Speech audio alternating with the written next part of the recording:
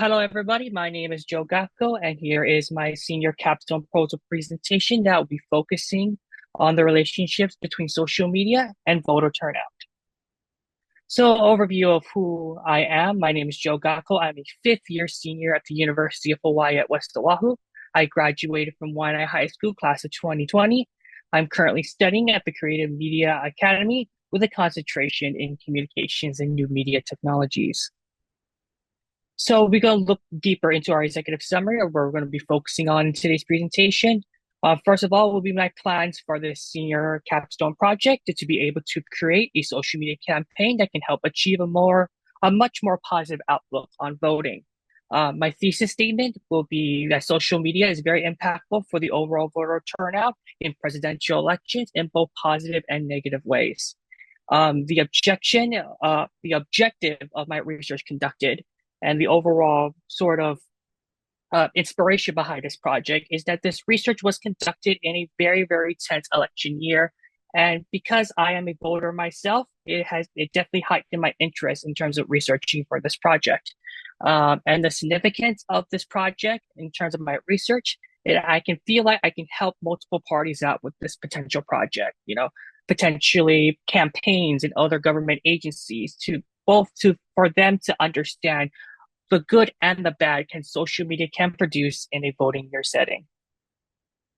So my thesis statement, as I previous before, but this is a much more extended version of that thesis statement, is that social media plays a huge role in voter turnout in presidential elections in the United States of America, regardless of party affiliation, because there's widespread capability to drive home a campaign's message and to take over an overall narrative, even if the information is not true. So again, much more backstory of the objective or the rationale for the research conducted. Again, since this section of the project was taking place during and after a massive presidential election cycle, there was elevated interest about this topic of voting. In my mind, I do my part of voting because I believe for the right of voting in this country. I have done it ever since I was able to register to vote in 2020. I've done every single election since. However, not a lot of people feel that way with living in a country that has around a 50 to 60% turnout rate, and especially living in the state of Hawaii that's constantly has been within the lowest percentages when it comes down to voter turnout in the country, mirroring in like the lower 50s and times lower 40s at times rate. I've always wondered what impacts those numbers occur. What leads the 60% of people to go out and vote while 40% of the population does not? For this research project, I decided to go through social media to see the impact that, again, social media has towards voter turnout in, in, in both bringing voters to the polls and what stops them from doing that. What lessons can be learned from those evidences, and how can campaigns in the federal and state government can do to positively impact the importance of voting. So here's my plans for my senior capstone. I'm working on a project for this capstone plan. Therefore, all my research can be conducted into a single entity that can help understand the power of social media. Therefore, I will create social media accounts that can help voters trust the information presented towards them, which can solve the dimming turnout in Hawaii and potentially other states that face the same issue with lower turnout rates. The social media platform will follow a simple format within these three parts, providing key information before and during election day, alongside presenting resources that can, for those who are in need of any assistance in terms of figuring out what their rights are, any sort of accessible information regarding it, where polling places are at, in terms of all information that they make sure they need in terms of they knowing their rights when it comes down to them arriving at the polls, or any ideas when it comes down to voting by mail or any sort of early voting. The second aspect of this is to become a hub to disable and debunk misinformation presented on social media that could be harmful and detrimental to a person's right to vote. That's just an important aspect because social media has become, in a sense, you can just post, in a sense, that you can post whatever you want. There has to be a system in place to be able to make sure that those people who are illegally posting these information that could be deter people away from voting that can be something that has to be looked at with a telescope, with a little bit more of a focus. And then finally, to create interactive and creative posts to promote the importance of voting with an emphasis on local elections where the marginal of winnings can be in the tens or even in the hundreds. And therefore, the most important sense when it comes down to your vote is to those local elections. Throughout the year, even if not during an election year, an attempt to make feel that the user that's watching this content makes them feel like their vote really does matter. So what's the overall significance of terms of what social media and the voter turnout can overall impact within that sense? So the number one major significance is that social media and the internet in general has turned into a place where it's not only a place where you can interact with your friends, is where you get the majority of your news from. Uh, in this, according to the Pew Research Center in 2019, the majority of people getting their political news got it online, either in news website apps or on social media, with social media specifically acquiring for 18% of terms of viewers getting their news from social media. The future implications of this is that we've already seen data from this recent 2024 election from the same source, the Pew Research Center, that only showed a small increase of users relying on social media more, but also a major decrease in television, which is down by 15%, just showing the ways the tides have changed from television, people getting their news from television, to people getting their news on via social media. When it comes down to the second major point of significance is that campaigns have started to realize that the impact that social media has, that this is a place that they want to invest their campaign ads in. Over the last couple of years, we have seen a dramatic increase in both the presidential and midterm elections when it comes down to the digital political ad spending.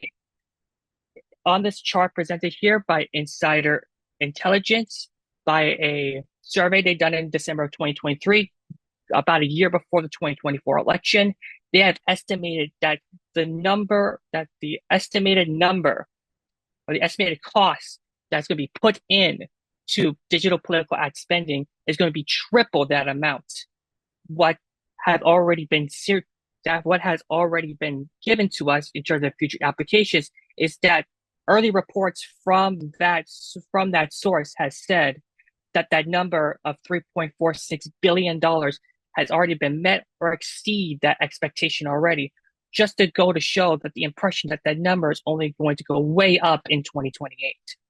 But in terms of the fact that people are spending more money does not mean people rely or people trust the information that they're seeing on social media. The problem with misinformation and adaptation, social media feeds have become anonymous with misinformation. And even if they're spending billions upon billions of dollars on these ads, most of these Americans do not trust what they're seeing on screen, as seen as from the same report that came from Insider Intelligence that says 64% of US users think that social media feeds are full of widespread misinformation, disinformation, and fake news. What that can lead to is adaptation, where a lot of people just simply do not believe that their vote will make a difference. And they simply just don't like politics due to the political turmoil that occurs when it comes down to these overranging misinformation votes, when it comes down to researching this year's election in 2024 through the Pew Research Center. What my target audience for this project is to be at local and state election officials to help support their appeal to potential voters or help convince non-voters by following these key rules to success that challenges the biggest issues regarding voter turnout, focusing on reinstilling trust in the government and its democratic roots, to provide the public with truthful information regarding their vote, and to promote the importance of voting in a democracy. So my proposed solution is what, in a sense, This campaign will act as an example in terms of state election boards should run their social media accounts to not only provide key information regarding polling times, locations, and how to cast a ballot alongside acceptable resources, but to also promote the act of vote, not just to show them how to vote, to promote to them, to rely to them, and to become a safe and reliable bond between citizens and officials, creating a sort of a community between the voting system, and the citizens itself, believing that their vote actually does matter to their community. So what, in terms of what I am looking for in terms of preparation and process of this project? Well, the first of all is that I have to conduct further research on the social media accounts that have already shown that they can promote voting in a much more brighter way, such as accounts such as Voting Safe America, and to research their impact on nonprofit organizations that run for vote social media accounts within the state or the country overall, and to learn how they work and operate. For my production side was to create and finalize a social media plan on Twitter and X, now used to be Twitter, and use the platform's unique features to its advantage, which we will go through in the deliverables. For the post, I was to be able to have social media posts alongside the visuals either created on Adobe or Canva, or the sources gathered by me and fact-checked by national news that can be used to any upcoming election cycle for state of Hawaii and potentially other states. So one of the main deliverables of what I have was, again, focusing on Instagram.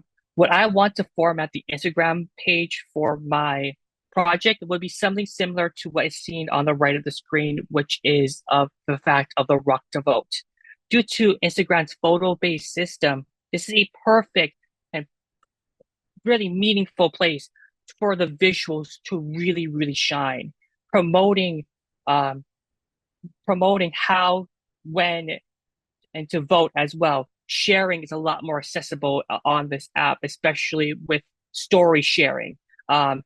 Providing information that a potential voter needs for them to vote on election day, while making sure it looks presentable, that it catches the eye of a potential user and saying, hey, this information can be very, very useful for me when I'm on the line to vote or potentially mailing in my vote.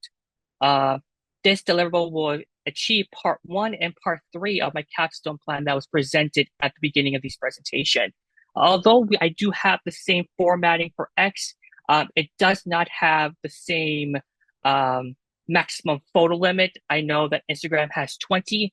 I think X at this point in time has 4. So I guess more of the single photo, as seen a lot on the screen, single photo campaigning will probably be more likely on X rather than Instagram, where we can go through a whole entire slideshow of voting and voting rights and voting resources and making sure that people just know everything they know before getting election, creating that sense of community. When it comes down to X though, and what I want to do on the X platform was part 2 of my plan, was to debunk misinformation, was to debunk potential misinformation, disinformation, and shed light on that realistically. For this one, I'll be looking at 2 features that that Twitter and X are very much famous for. It's that quote tweets and threads shown in the examples again on the right-hand side of the screen. Quote retweets. There are a great way to respond to a tweet that allows the viewer to see both sides of the conversation. For example, Adam Kakarian, who was a political U.S. reporter, provides a quote coming from Trump that contradicts what he previously said. And so again, to make sure that the information is seen, that to provide a little more context to whatever that person tweeted about.